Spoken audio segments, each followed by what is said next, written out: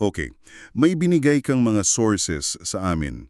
Isang news report base sa isang Senate hearing. At to be honest, parang script ng isang political thriller. Medyo. Ang usapan, isang flood control scam na nagkakahalaga ng bilyon-bilyong piso.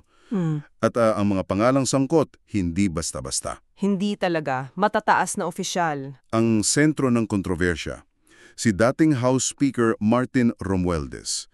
May kaso laban sa kanya ang mismong Department of Public Works and Highways o DPW. So, ang misyon natin ngayon ay himayin ito ng husto. Ano ba talaga ang mga akusasyon?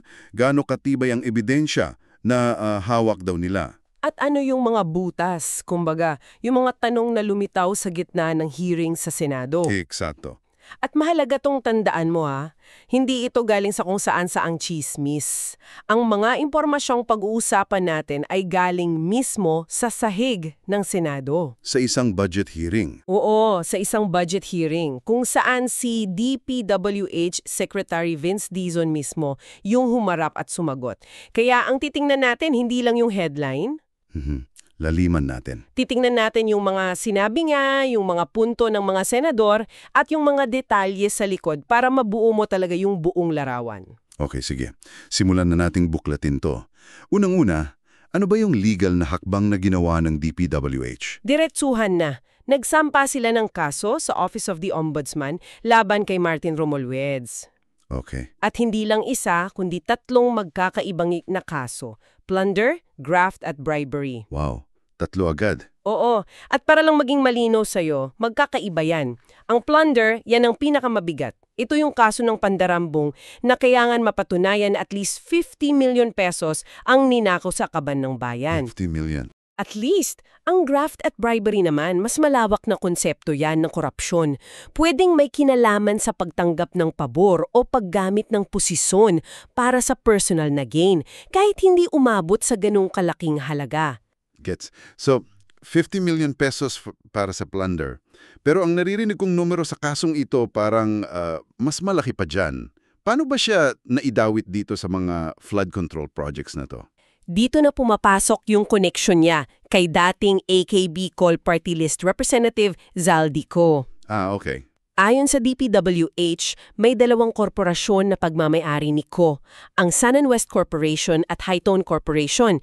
Sila yung nakakuha ng mga kontrata. At gaano kalaki ang pinag-uusapan natin? Eto na, para magkaroon ka ng ideya, base sa mga dokumento ng DPWH, mula raw 2016 hanggang 2025, ang 2 kumpanyang yan ni Ko ay nakakuha ng mga kontratang nagkakahalaga ng mahigit 100 billion pesos. 100 billion.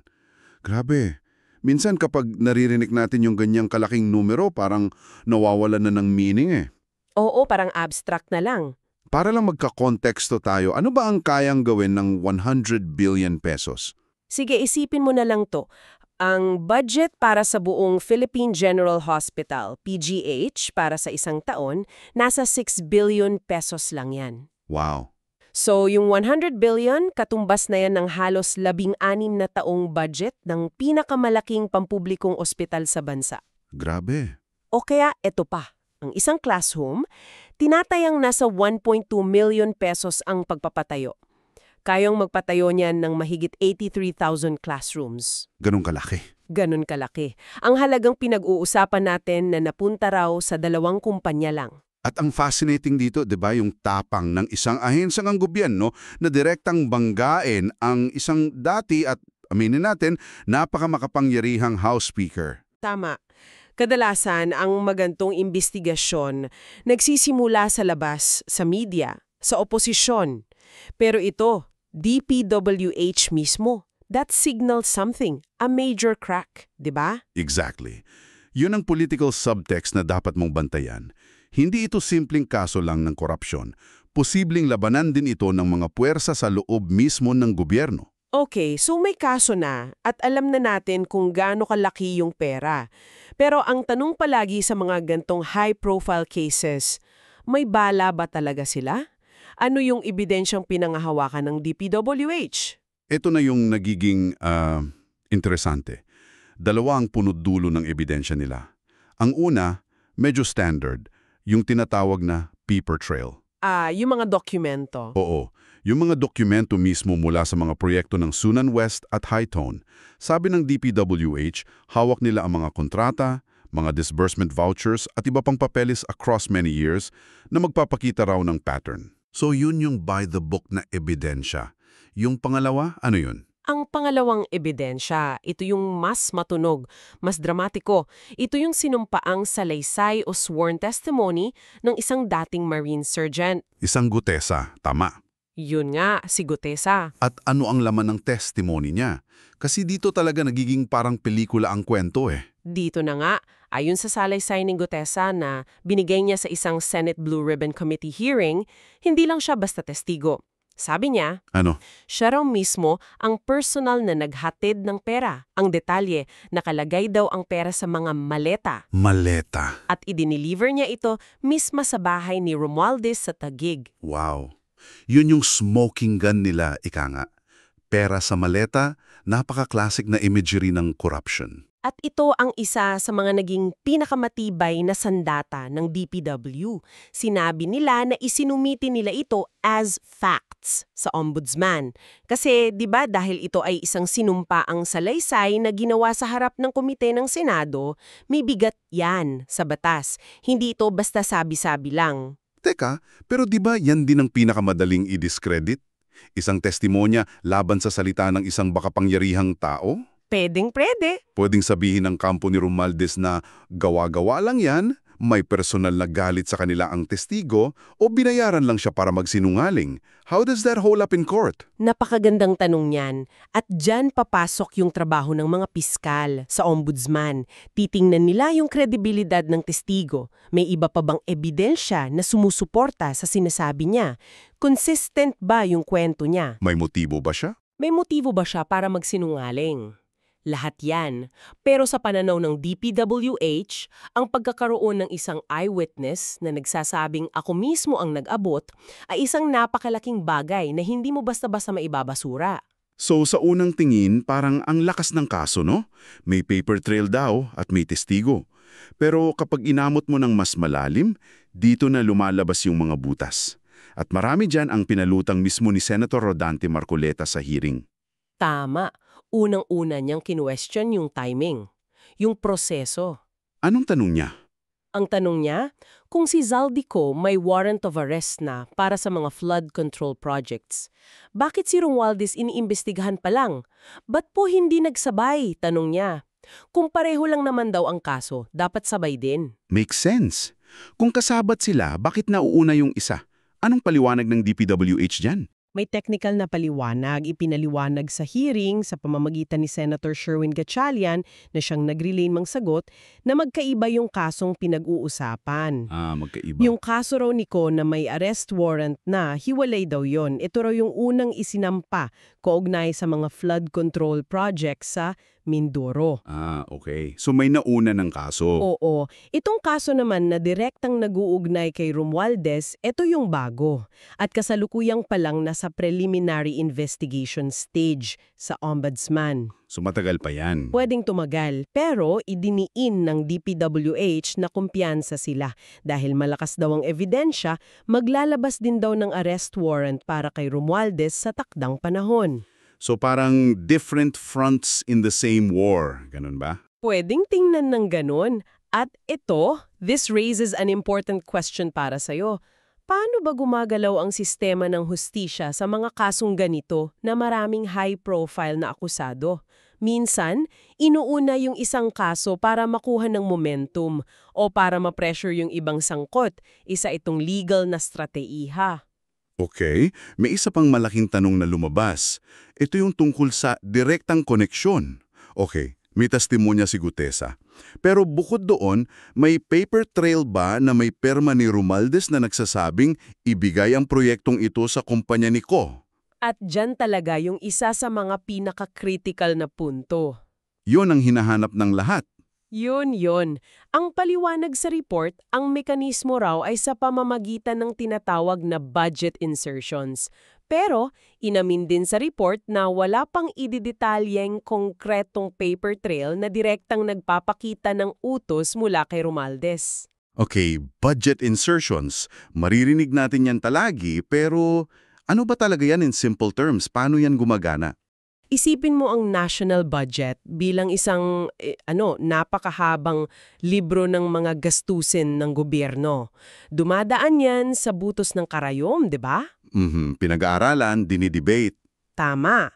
Ang budget insertion ay parang may sumingit ng isang buong chapter o ilang pahina sa libro na yan sa huling minuto. Kadalasan sa Bicameral Conference Committee kung saan pinag-isa na lang yung versions ng House at Senate. Sa dulo na. Oo. At dahil sa dami ng pinag-uusapan, minsan hindi na ito napapansin o nasusuring maigi. Sa ganitong paraan daw na ilalagay ang pondo para sa mga specific projects na pabor sa isang mambabatas na hindi dumadaan sa normal na proseso ng planning. So it's a loophole in the system. Hindi siya direktang utos na gawin ang ilegal na ito, pero isang paraan para i-channel yung pondo? Precisely. Ito yung sinasabing mas sopistikadong paraan ng korupsyon. Mahirap i-trace kasi on paper, mukha siyang lehitimong bahagi ng budget. Ang sinasabi ng DPWH, naisumiti na nila lahat ng ebidensya sa ombudsman. At bahala na sila. Trabaho na ng ombudsman na pagtagpi-tagpiin ng lahat para patunayan ang koneksyon. So what this all means para sa iyo na nakikinig, ibig sabihin, ang bigat ng kaso ngayon ay nakasalalay sa dalawang bagay. Ano yun? Una, sa kredibilidad ng testimonya ni Gutesa. At pangalawa, kung kakayanin ba ng ombudsman na i-connect yung budget insertions sa personal na gain ni Ko at Romualdez, kahit walang dokumentong may pirma. Yun ang challenge. Bukod sa DPWH at Ombudsman, may isa pang ahensya na nabanggit sa hearing, ang Presidential Anti-Corruption Commission, na ngayon nata ay tinatawag nilang Investigative Commission on Integrity o ICI. Oo, yung ICI. Tinanong din ni Senator Marcoleta kung bakit kailangan pa ng DPWH na dumaan sa Ombudsman kung ang ICI ay nag-iimbestiga na rin. Parang nagdoble-doble ang trabaho. Magandang punto yan kasi ipinapakita nito ang komplikadong burokrasya ng gobyerno. Oo nga. Ang paliwanag na ibinigay ay tungkol sa limitasyon ng kapangyarihan ng bawat ahensya. Sa ngayon, ang papel daw ng ICI ay, fact-finding. Pangangalap lang ng impormasyon. Pwede silang mag-imbestiga at magrekomenda. Pero hanggang doon lang. Pero wala silang kapangyarihan na direktang magsampa ng kaso sa korte. So, para silang investigador lang, hindi prosecutor. Eksakto. Lahat ng ebidensyang makakalap nila, pati na yun sa DPWH, kailangan pa ring idaan sa Office of the Ombudsman. Na siyang gatekeeper siya. At ang ombudsman ang may eksklusibong kapangyarihan na mag-evaluate ng ebidensya at magdesisyon kung may probable cause, sapat na basehan para isampa ang kaso sa Sandigan Bayan. At para lang sa kaalaman ng lahat, ang Sandigan Bayan, ano ang papel nito? Ang Sandigan Bayan ang Special Anti-Graft Court. Dito nililitis ang mga kaso ng korupsyon na kinasasangkutan ng matataas na opisyal ng gobyerno. So, if we connect this to the bigger picture, ito ang sistema ng ating batas. May mga ahensyang nag-iimbestiga, tulad ng IC at DPW. May isang ahensyang nagsisilbing prosecutor, yan ang ombudsman. At may special court na naglilitis. Yan ang Sandigan Bayan. It's a system of checks and balances. Pero as you can see, mahaba at mabusisi ang proseso. Kaya matapos nating suriin ang ahat ng anggulo mula sa mga source mo, malinaw na ang kasong ito ay nasa simula pa lamang ng isang napakahabang legal na laban. Mahaba-haba usapan pa to. Sa isang panig, may mabigat na akusasyon ng DPWH. Hindi biro yung testimonya tungkol sa pera sa maleta at lalong hindi biro yung 100 billion pesos na halaga ng mga kontrata. Totoo. Sa kabilang panig naman, marami pang tanong na kailangan masagot, lalo na yung paghahanap sa isang matibay at direktang paper trail. Yung pirma. Yung magdudugtong kay Romualdez sa mga umano'y maanumalyang transaksyon. At syempre, nariyan yung political reality, napakalakas ng impluensya ng isang dating House Speaker. At dito, iiwan namin sa iyo ang isang tanong na pag-isipan. Ang buong kaso ay tila umiikot sa isang labanan ng dalawang klase ng ebidensya. Testimonya laban sa dokumento. Oo. Ang direktang salaysay ng isang testigo laban sa posibleng kakulangan ng isang dokumento. Kung ikaw ang nasa posisyon ng ombudsman na nagtitimbang ng mga ito, saan ka mas magbibigay ng bigat? Reasonable doubt. Sa isang mundo kung saan ang mga pinakamatalinong krimen ay kadalasang hindi nagiiwan ng resibo. Sige, heto, may isang sitwasyon ako para pag-isipan mo. Isipin mo na yung taong dati mong tinawag na tirano. Yung taong sinisisi mo sa pagpatay sa dandaang libo mong kababayan. Siya ngayon ang bago mong amo at kasangga. Mahirap isipin, di ba? Oh, sobrang hirap. Pero yan mismo ang kwento ni Getachew Reda, isang politiko sa Ethiopia. Eksakto.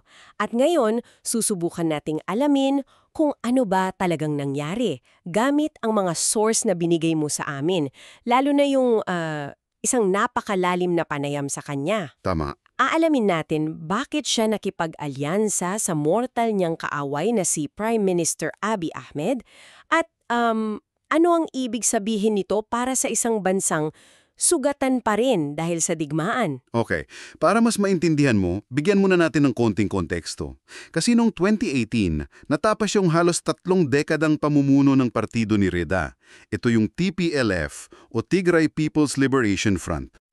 Sila yung mga matagal na nasa kapangyarihan. Oo, ang pumalit ay si Abiy Ahmed. Sa simula, kinilala pa siya. Nanalo pa nga ng Nobel Peace Prize. Yun nga, yun ang nakakagulat. Pero hindi nagtagal. Biglang sumiklab ang isang napakabrutal na digmaang sibil sa pagitan ng gobyerno niya at ng TPLF doon sa rehiyon ng Tigray. At daan-daong libo ang namatay dito. Daan-daang libo. At sa gitna ng lahat ng yan, si Getachew Reda ang naging pinakamalakas na boses, yung tagapagsalita ng TPLF. Tapos ngayon? Ngayon, pagkatapos ng lahat na yon, isa na siyang tagapayo ni Abiy. Grabe. Grabe ang bigat ng mga salitang binitawan niya noon. Kasi base dito sa mga source mo, hindi lang ito simpleng kritisismo. Tinawag niyang tirano si Abiy. Isang manloloko. At ito yung pinakamatindi. Inakusahan niya itong ginawang sining ang genocide. Sobrang tindi ng mga salitang yan. At hindi lang yun naging personal din. May kwento doon sa panayam na tinangka daw siyang paslangin ang puwersa ni Abiy gamit ang isang drone. At dinukot pa yung kapatid niya. Oo. So paano niya nagawang makipagtrabaho sa mga taong to pagkatapos ng lahat ng yun? Anong paliwanag niya? Ang tanging paliwanag niya na paulit-ulit niyang sinasabi sa panayam ay isa lang, pragmatismo. Pagiging praktikal. Yun, pagiging praktikal. Para sa kanya, kailangan niyang parang lunukin ang lahat ng masasakit na nangyari, kailangan niyang makipagtulungan sa federal na gobyerno para maprotektahan daw ang interes ng mga kababayan niya sa Tigray. May iba pa bang dahilan? Meron, para daw pigilan yung mga dati niyang kasamahan sa TPLF na muling magkaroon ng tinatawag niyang totalitaryong control sa regiyon. So may internal politics din pala. Oo, kumbaga isinakripisyo niya yung pride niya at baka pati ilang prinsipyo para sa tingin niyang mas malaking kabutihan. Pero teka, kung pagiging practical ang usapan, paano niya ngayon hinaharap yung pinakamabigat niyang akusasyon? Yung genocide. Kung dati buong tapang niyang sinasabi na ginawang sining ni Abiy ang genocide, ano na ang sinasabi niya ngayon? Diyan mo makikita yung pag-iingat niya. Paanong pag-iingat? Nung diretsahan siyang tinanong kung si Abiy ba ang may gawa ng genocide, naging mailap yung sagot niya. Uniwas siya. Iniwas. Kinumpirma niyang oo, nagkaroon ng genocide sa Tigray. Pero hindi niya tinuro si Abiy bilang direktang may sala. So anong sinabi niya? Ang tanging sinabi niya ay si Abiy ang namuno sa digmaan, kaya nararapat lang daw na humarap ito sa anumang paglilitis. Malayo na sa dati, di ba? Sobrang layo na. Dito pala talaga nagbabanggaan yung dalawang malalaking ideya, no? Sa isang banda, yung pangangailaman para sa kapayapaan at katatagan kahit na marumi yung proseso. At sa kabilang banda naman, Yung panawagan para sa purong hustisya at pananagutan kahit maantala pa yung pag-usad ng bansa. tama. At yan mismo yung dilema hindi lang ni Reda kundi ng buong Ethiopia. At kitang-kita yan sa magkaibang reaksyon ng mga eksperto na nasa source material mo. Anong sabi nila? Para sa isang journalist, si Tsedelema, ang ginawa ni Reda ay isang pagguho ng moralidad. Isang suko. Oo, isang suko. Pero para sa isa pang analyst, si Bisrat Lemesa, ito ay isang practical na hakbang. So may nakakakita rin ng positibong anggulo. Oo, posible daw na magbukas ito ng bagong kabanata sa politika ng Tigray. Isang spasyo na hindi nakokontroli ng TPLF pagkatapos ng 50 taon. Isang kilos, dalawang magkasalungat na interpretasyon. At lalong nagiging komplikado ang lahat kapag tinitingnan natin yung pananagutan. Hindi lang ng gobyerno, kundi pati na rin ng panig ni Reda. Kasi nung kasagsagan ng digmaan, hindi lang siya tagapagsalita, tagapagtanggi rin siya. Ano ibig mong sabihin? May mga ulat noon ng mga massacre na ginawa mismo ng puwersa niya, ng TPLF, pero tinawag niya lang itong katahang isip lamang. Oo, at grabe yung mga testimonya na idinetalya sa source mo. Mga kwentong dati niyang pinapabulaanan. May isang lalaki doon na nagkwento. Nakakita daw siya ng 55 bangkay habang tumatakas. Grabe, May isa pang saksi na nagsabing pinagbabaril ang 2 lalaki sa mismong harapan niya. at may mga ulat pa ng sistematikong pagpatay. Oo, yung nagbahay-bahay daw yung mga sundalo ng Tigray para patayin ang mga kalalakihan at mga batang lalaki. Mga karahasang ngayon lang niya unti-unting kinikilala. So inaamin na niya ngayon. Ang sabi niya, may mga kaso dito at doon kung saan civilian nga ang naging target. At may isa pang pasabog. Sa panayam, inilabas mismo ni Reda ang resulta ng isang internal na investigasyon ng TPLF. Yon. Yung ulat na nagsasabing 231 miyembro nila ang sangkot sa mga mabibigat na krimen. Human trafficking, kidnapping, smuggling ng armas. Ang tanong ko, bakit ngayon lang? Kung alam nila, ba't ngayon lang isinapubliko? Dito talaga nasubok ang kredibilidad niya. Ang katiwiran niya, noong panahon daw ng digmaan, kailangan nilang panatilihin ang kaunting pagkakaisa sa loob ng kanilang grupo. Pagkakaisa. Oo. Ang eksaktong salita niya sa Ingles ay, I tolerated. Pinabayaan ko. Yon mismo. Pinabayaan ko. Giit niya. Hindi daw siya nagsinungaling, pero hinayaan niyang mangyari yung mga krimen para lang mapanatili yung pagkakaisa nila laban sa kaaway. Sandali, pinabayaan ko. Hindi ba't isa lang yung mas magandang paraan para sabihing naging kasambat ako? Sa paningin ng mga biktima ng mga krimen na yon, may pagkakaiba pa ba ang dalawang salitang yan? Iyan mismo ang kritisismo sa kanya. Para sa isang taong humihingi ng pananagutan mula sa kabilang panig, tila napakalaking butas niyan sa sarili niyang argumento. At ipinapakita nito na ang konsepto ng hustisya dito ay hindi itim at puti. Ang bawat panig ay may mga itinatagong kasalanan. At ang pag-amin niyang pinabayaan niya ang mga krimen ay naglalagay ng malaking tandang pananong kung ang alyansa niya kay Abiy ay para ba talaga sa kapayapaan. O para sa sariling politikal na kaligtasan. Yun. Kung ganyan kagulo na usapin ng pananagutan, ano na ang nangyayari doon sa kasunduang pangkapayapaan? Yung Pretoria Agreement ng 2022, base sa sources mo, halos 3 taon na pero melap pa rin ang hustisya. Mailap. At marami sa mga akusado sa war crimes mula sa lahat ng panig ay nasa pwesto pa rin sa gobyerno. Nasa pwesto pa rin? Oo. At hindi lang yan. Nabanggit sa source na si Reda mismo, nakikipagpulong sa isang opisyal mula sa rehiyon ng Amhara. Okay. At anong problema doon? Yung opisyal na yon, inaakusahan ng mga human rights group ng pagpapatuloy ng ethnic cleansing, paglilinis ng lahi sa Western Tigray. Kahit matapos ng pirmahan yung kasunduan. Kahit tapos na, ipinapakita nito na nabubura na yung mga linya sa politika. Ang mga dating magkakaaway nagiging magkasosyo sa gobyerno, habang yung mga biktima naghihintay pa rin. At habang abala sila sa pamumulitika, may mas malaking problema na namumuo sa labas ng bansa. Yung tensyon sa pagitan ng Ethiopia at ng kalapit nitong Eritrea. Anong ugat nito? Ang ugat nito ay isang lumang ambisyon ng Ethiopia, ang magkaroon ng sariling daungan, direktang access sa Red Sea. Nakontrolado ng Eritrea ngayon. Nakontrolado ng Eritrea at ayon sa mga ulat, may mga paggalaw na ng mga tangke at kanyo ng Ethiopia malapit sa border nila. Isang malinaw na senyales. Dito sa issue ng posibleng bagong digmaan, dito talaga nagkahiwalay ng husto yung mga pananaw sa source mo, no? Oo, sobrang magkasalungat. Sa isang banda, si Ridoya, Buong kumpiyansa niya sinasabi na hindi yan hahantong sa giyera. Retorika lang daw. Retorika lang daw, may ebidensya pa nga raw siya, isang malaking kalsada na itinatayo sa pagitan ng dalawang bansa. Patunay daw yan ng kooperasyon. Pero kung ikokonekta natin yan, ibang-ibang sinasabi ng isa sa mga eksperto, si Ketil Tronvall. Matagal na siyang sumusubaybay sa rehiyon. Anong sabi niya? Ang eksaktong sinabi niya, darating ang digmaan at malapit na itong dumating. Wow! Diretsuhan? Diretsuhan. Para sa kanya, hindi ito retorika. Naghahanda na daw ang Ethiopia ng dahilan para sa isang opensiba. Inaakusahan na nila ang Eritrea ng destabilisasyon. Isang klasikong paraan para maglatag ng pundasyon para sa isang pagsalakay. Paano natin pagtutugmayin yan? May nagtatayo ng kalsada, pero may naghahanda sa giyera. Posible kayang yung kalsadang yan ay hindi para sa kalakalan, kundi para sa mas mabilis na paggalaw ng militar kapag sumiklab na?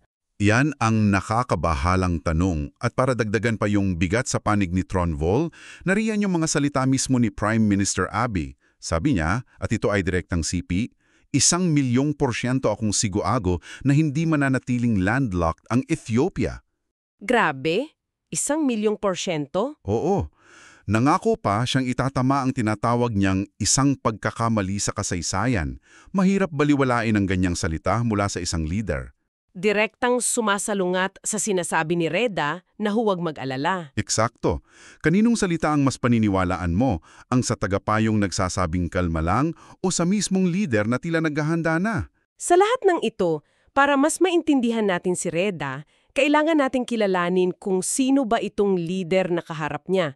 Sino ba itong si Abiy Ahmed? Base sa mga materyalismo. Isa sa mga sentral na ideya sa Abiy ay ang kanyang ideolohiyang tinatawag na Medemer. Medemer. Ang ibig sabihin ay pagsasama-sama o pagkakaisa. Ito ang pilosopihan niya sa pamumuno. Ang Medemer. Ito yung ideolohiyang dating tinawag ni Reda na kalokohan o bullshit. Pero ngayon, sa panayam, iba na yung tono niya. Sabi niya, mas matured na daw siya at may magagandang ideya pala ang libro ni Abiy. Grabe ang pagbaliktad. Based sa source, may pahiwatig ba kung ang pagbabagong ito ay tunay o parte lang ng political maneuvering? Walang direktang sagot, pero ang mga kritiko may malinaw na pananaw. Para sa kanila, ang Medemer ay hindi tungkol sa tunay na pagkakaisa. Isa raw itong paraan para isentralisa yung kapangyarihan sa ilalim ni Abiy. At burahin yung pagkakaiba-iba ng mga ethnic group. Yun, isang pagbabalik daw sa imperial na nakaraan ng bansa. Ayon nga kay Tronvall, yung ganitong stratehiya, yung pilitin ang isang unified identity sa isang bansang napaka-diverse, laging nabibigo sa kasaysayan ng Ethiopia. At kadalasan nagiging sanhi pa ng mas malaking gulo. Tama? Bukod sa ideolohiya, may mga kwento rin tungkol sa personalidad niya. Nabanggit yung pagkakaroon niya ng Messiah complex. Totoo ba yung kwento na sinabi niya sa publiko na nagkaroon daw ng pangitian ang nanay niya na siya ang magiging ikapitong hari ng Ethiopia? Oo, nabanggit yan. At isa yan sa mga dahilan kung bakit tinitingnan siya ng iba bilang isang leader na may napakataas na tingin sa sarili. At paano to sinagot ni Regada? Ito yung interesante. Ang sabi niya, kailangan pa niya Abiy na patunayan ang kanyang kakayahan. Isang napakaingat na sagot mula sa isang tagapag-apayo tungkol sa kanyang amo. Hindi itinanggi, pero hindi rin kinonpirma. May laman. May laman. At para idagdagta sa kakaibang relasyon nila, sinabi din ni Regada na sila ni Abiy ay Adamon, magkaibigan bago sumiklab ang digmaan. At magkaibigan ulit ngayon? At magkaibigan ulit ngayon, pero hindi raw sila magkaibigan nung kasagsagan ng labanan. Nakakalula isipin. Kayang isantabi ang isang digmaan na pumatay sa daan-daang libo para lang sa pagkakaibigan? At nangyayari ang lahat ng ito habang may mga mamamahayag at oposisyon pa rin nakakulong. At may mga labanan pa rin nangyayari sa ibang rehiyon ng bansa. Sa huli, ang iniiwan sa atin ng mga source mo ay isang napakakomplikado at magulong larawan. Meron kang isang politikong tinalikuran ang halos lahat ng kanyang matinding pinanindigan. Meron kang isang kasunduan pang kapayapaan na tila papel lang at hindi nasasakatuparan. At meron kang isang buong rehiyon na nasa bingit ng panibagong digmaan. Ang paglalakbay ni Getachew Reda mula sa pagiging kritiko patungo sa pagiging tagapayo ay isang malinaw na salamin ng mahirap at minsan imposibleng pagpili sa pagitan ng prinsipyo at ng sinasabi niyang pragmatismo. At dito ka namin iiwanan ng isang huling tanong para pag-isipan. Sa isang sitwasyong puno ng karahasan, sugatan ng digmaan at uhaw sa hustisya, posible pa bang makamit ang tunay na kapayapaan at pananagutan kapag ang dating magkakaaway ay nagiging magkaalyado?